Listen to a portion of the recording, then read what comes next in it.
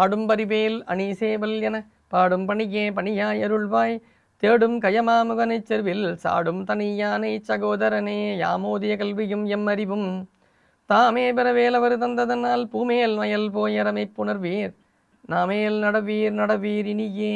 திருவடியும் தண்டையும் சிலம்பும் சிலம்போடுருவ பொறுபடி வேலும் கடம்பும் தடம்பு எம்மாறிரண்டும் மறுவடிவான வதனங்கள் ஆறும் மலர்கண்களும் உருவடிவாய் வந்து என் உள்ளம் குளிர குதிகொண்டவே. திருச்சிற்றம்பலம். தென்னாருடைய சிவனே போற்றி, எந்நாட்டவர்க்கும் இறைவா போற்றி, ஏகம்பத்துரை எந்தாய் போற்றி, பாகம் பெண்ணுரு ஆனாய் போற்றி, குவளை கண்ணி கூரன் காண்க வள்ளும் தானுமுடனே காண்க. தேர்குருநாதர் பொன்னார் திருவடி போற்றி போற்றி. திருச்சிற்றம்பலம். ஆன்மீக அருள் நேயர்களுக்கு வணக்கம். மார்கழி மகத்துவம் என்கின்ற தலைப்பிலே தொடர்ந்து நாம் சிந்தித்து வருகின்ற மணிவாசக பெருமான் திருவாய் மலர்ந்தருளிய திரு அம்பாவையிலே 5வது பாடலை இன்றைய தினம் சிந்திக்க இருக்கின்றோம். இந்த பகுதி திரு அண்ணாமலையில் அருளியது என்பதை பாடல் பகுதியினுடைய பதிகத்தினுடைய முதல் தொடரிலிருந்து நாம் சிந்தித்து வருகின்றோம். ஒவ்வொரு பாடலிலும் பெருமானுடைய கீர்த்தியை பேசி வருகின்ற நம்முடைய மணிவாசக பெருமான் அண்ணாமலை பெருமானை நினைந்து போற்றுகின்றார் பல பாடல்களில். அதில் ஒரு பாடல்தான் இந்த பாடல். மாலரியா நான்முகனும் காணாமலையினை நாம் போலறிவோம் என்று உள்ள பொக்கங்களே பேசும் பாலூரும் தேன்வாய் படிரி கடைத்தடவாய் ஞாலமே விண்ணே பிறவே அறிவறியான் கோலமும் நம்மை ஆட்கொண்டு அருளி கோதாட்டும் சீலமும் பாடி சிவனே சிவனே என்று ஓலம் இடினும் உணராய் ஓலம் இடினும் உணராய் உணராய்கான் ஏலக்குழலி பரிசேலோர் எம்பாவாய் என்பது பாடல். மால் அயன் என்று சொல்லப்படக்கூடிய இருவர், அவர்கள் இருவரும் பெருமானை காண வேண்டும் என்பதற்காக ஒருவரை ஒருவர் அகந்தை கொண்டு பெருமானை காண முற்பட்டார்கள். எந்த பெருமானை? சோதி பெருமானை, அரும்பெரும் சோதியாக நீண்ட அண்ணாமலை பெருமானை காண்பதற்காக மால் காண முற்பட்டார். நான்முகனும் காண முற்பட்டான். ஆனால் மாலுக்கும் அறியாதவனாக நான்முகனுக்கும் காணாதவராக அவன் விளங்கினான். மால் அறியா, நான்முகன் காணா என்று 2 சொற்களை பயன்படு. அது எப்படிப்பட்டது என்றால் அது மலை. அந்த மலையை மாலும் காண முடியவில்லை, நான்முகனும் காணவில்லை.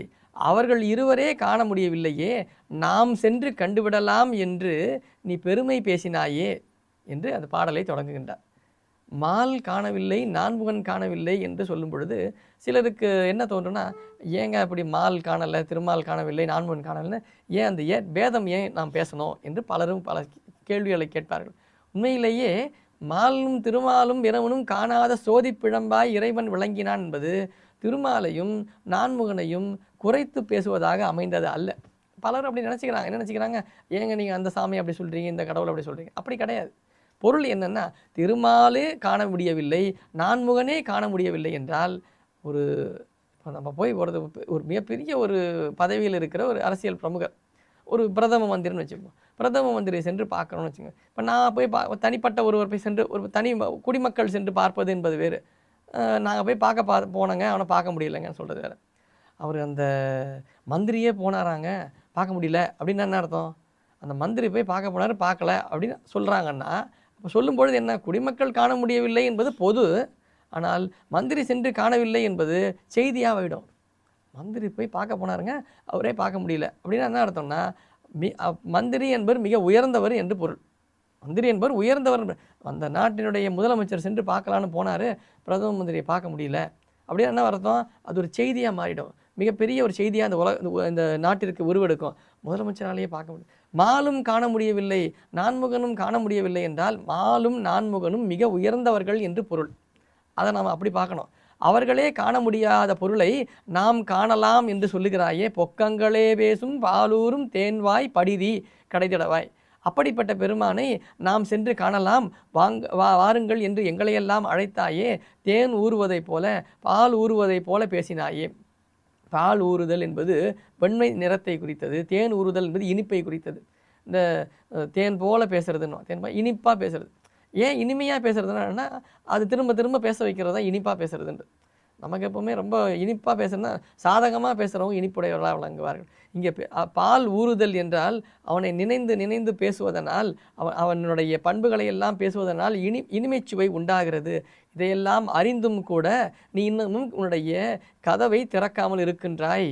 படிரி என்ற சொல்லை படிரி என்றால் தெரிந்தும் அதை செய்யாமல் இருப்பவர்களுக்கு பேர் படிரி, வஞ்சகம் செய்பவர்கள்னு பேர்.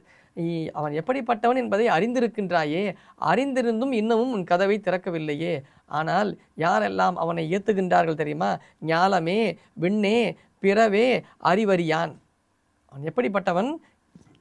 ஞாலமே, விண்ணே, பிறவே, அறிவறியான் என்று 3 இடங்களை பயன்படுத்துகின்றார். இந்த உலகம் என்றால் உலகம்னா ஒரு பொருள் தானே. உலகம்னா உலகத்தில் இருப்பவர்கள் என்று பொருள். அவன் எல்லோருக்கும் அரியவனாக விளங்குகின்றான். இந்த உலகத்தில் இருப்பவர்களுக்கும் அரியவனாக விளங்குகின்றான். விண்ணவர்களுக்கும் அரியவனாக விளங்குகின்றான். ஞாலமே, விண்ணே. விண்ணா என்ன பொருள்? விண்ணவர்கள், சொர்க்கத்தில் இருக்கிறவங்க. ஞாலமே என்றால் இந்த உலகத்தில் இருப்பவர்கள். பிறவே என்றால் இந்த சொர்க்கமும் உலகமும் அல்லாத இடத்தில் இருப்பவர்கள்.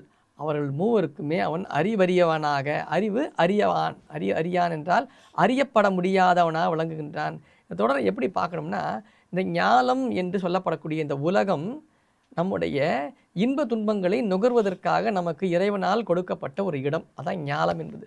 விண்ணே என்று சொல்லும் பொழுது சொர்க்கம் என்பது நாம் இன்பத்தை மட்டுமே தூக்கக்கூடிய ஒரு இடம். இப்போ 2 தொடர்களை சொல்லி 3ஆவதாக ஒரு தொடர் எடுக்கிறாரு.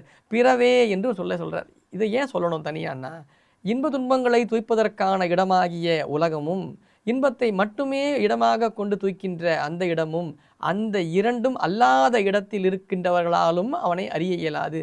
இந்த 2ம் அல்லாத இடம் எது? நரகம். அதான் பிறவே என்றால் சொர்க்கம் அல்லாது உலகம் அல்லாது இருக்கின்ற இடமாக கொள்ளப்படுகின்ற நரகம். அந்த நரகம் என்பது துன்பத்தை மட்டுமே தூக்கி அவர்களாலும் அவனை காண இயலாது. ஆனால் அப்படிப்பட்ட பெருமான் நம்மையெல்லாம் ஆட்கொள்ளும் பொருட்டு கோலமும் நம்மை ஆட்கொண்டு அருளி கோதாட்டும் சீலமும் பாடி சிவனே சிவனே என்று ஓலமிடினும். அப்படிப்பட்ட பெருமான் நம்மை ஆட்கொள்ளும் பொருட்டு கோலம் கொண்டு வருகின்றான் என்று நாங்களெல்லாம் அவனை ஓதுகின்றோம், அவனை ஓலமிடுகின்றோம். சிவனே சிவனே என்று ஓலம் இடினும் உணராய். ஓலம் இடுதல் என்றால் ஒருவருக்கு ஒன்றை சொல்லுதல் என்பது வேறு. ஓலமிடுதல் என்றால் 2 முறை அழைத்தல்.